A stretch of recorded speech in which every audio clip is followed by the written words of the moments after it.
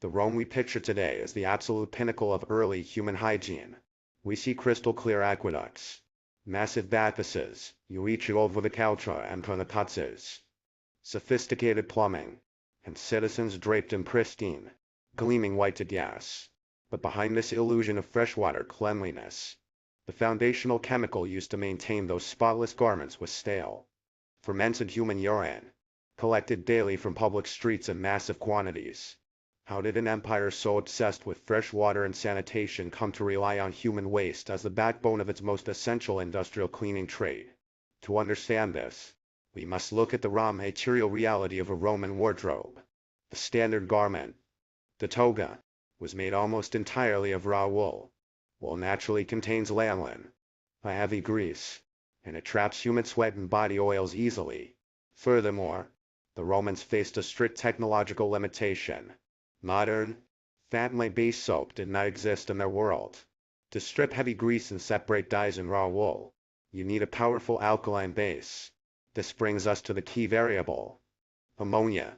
When left to sit and ferment, human urine breaks down into urea and then transforms into ammonia, acting as a highly effective, natural bleaching and degrading agent.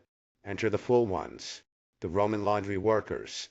To keep millions of citizens dressed in socially mandatory clean togas, they faced a desperate, constant industrial demand for ammonia. To secure a steady supply of this vital chemical, they placed large clay pots on street corners outside their workshops, encouraging male passers-by to relieve themselves for free. They were effectively crowdsourcing their industrial solvent. This collection system became wildly successful, transforming urine into a highly valuable, heavily traded commodity. But this booming industry caught the eye of Emperor Vespasian. Following a devastating civil war, the Roman treasury was entirely bankrupt, and Vespasian was desperately hunting for untapped revenue streams. He exploited the fullones' absolute reliance on this liquid gold. Vespasian officially enacted the vectigal urinae, the urine tax. He forced the fullones to pay a tax on every drop of urine collected from public sewers and street pots. When Vespasian's son, Titus, disgustedly protested taxing human waste, Vespasian pulled a gold coin from the first tax collection. He held it to his son's nose and asked if it smelled. The fullones had no choice but to absorb the cost, solidifying the state's control over private industry. The massive revenue generated by taxing this biological waste stream rescued the Roman economy from the brink of collapse. It provided the direct funding needed to build monumental public works, including the Roman Colosseum. The pristine, marble-clad image of Rome was literally financed and chemically maintained by the foul-smelling commodification of public urine. Titus admitted the gold coin did not smell, prompting Vespasian to utter his legendary maxim, Pecunia non olet. Money does not stink.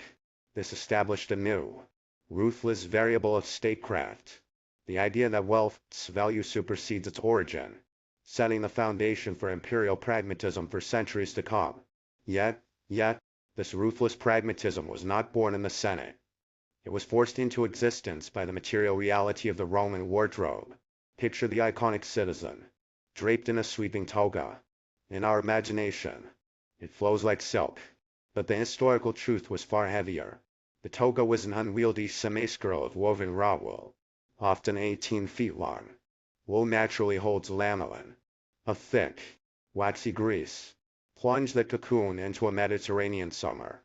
Add the dust of chariot wheels, smoke, and sweat, and the garment became a stiff, foul-smelling magnet for grime.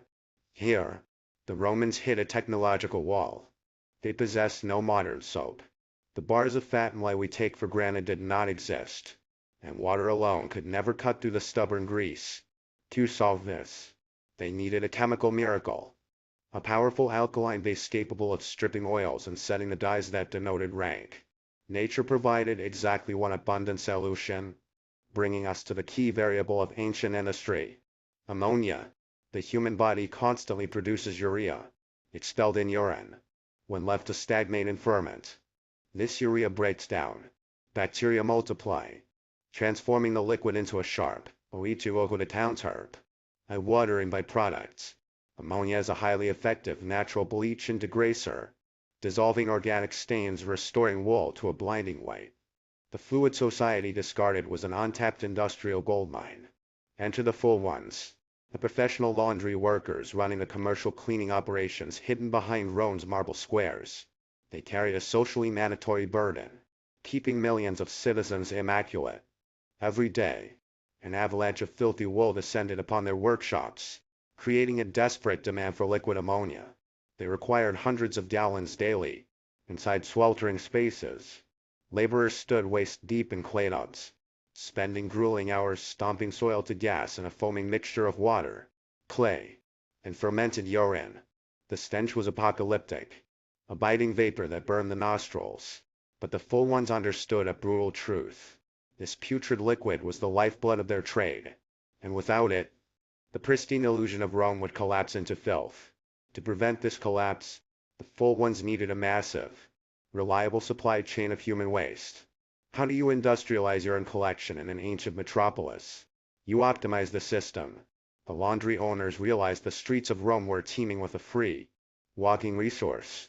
They hauled massive terracotta jars out of their workshops and positioned them strategically on busy street corners and outside local taverns.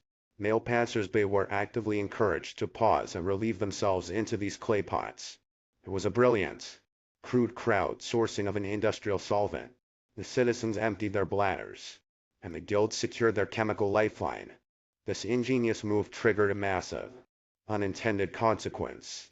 The collection system was wildly successful. Almost overnight, human urine transformed from a flushed-away nuisance into a highly valuable, heavily traded commodity.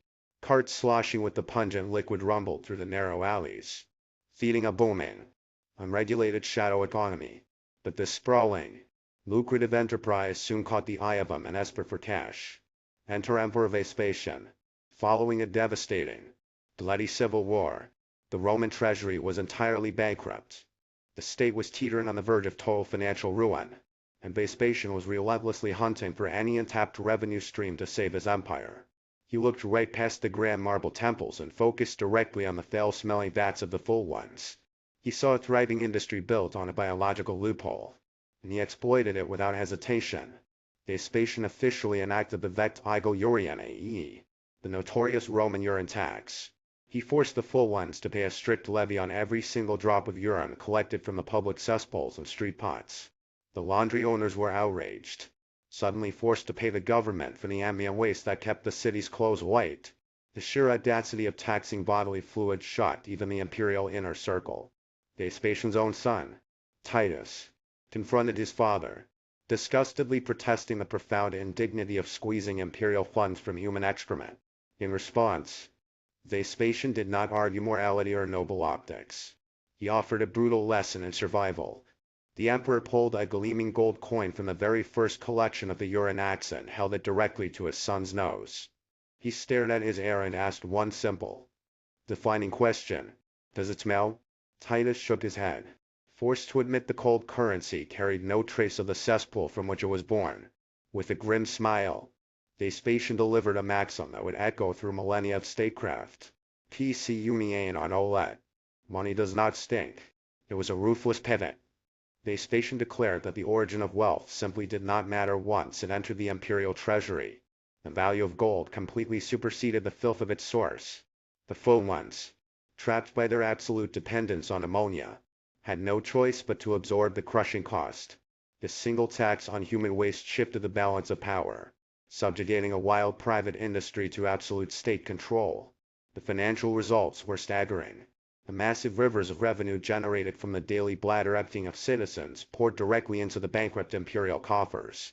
Vespasian used this very money to pull the Roman economy back from the brink of collapse. More astonishingly, he channeled this foully acquired wealth into the greatest architectural undertaking of his era. The majestic Colosseum was funded drop by drop by the vectigal urinae. Think about that profound paradox. The gleaming white gas of the Roman elite and the breathtaking arenas that define the majesty of the ancient world are perceived as the pinnacle of civilized purity. Yet, their survival and creation were literally financed and chemically maintained by the foul-smelling commodification of public urine. The illusion of a spotless Rome was sustained by the literal waste of its people. In the end, Vespasian's cold pragmatism forged an ideological foundation for taxation systems that modern nations still rely upon today. When governments levy taxes on gambling or societal vices, they are merely echoing that ancient emperor holding a coin to his son's nose, acknowledging that while the source is unsavory, the revenue is vital. History teaches us a humbling lesson. Beneath the polished marble veneer of any great civilization, behind every soaring monument, there is always a gritty, uncomfortable edge.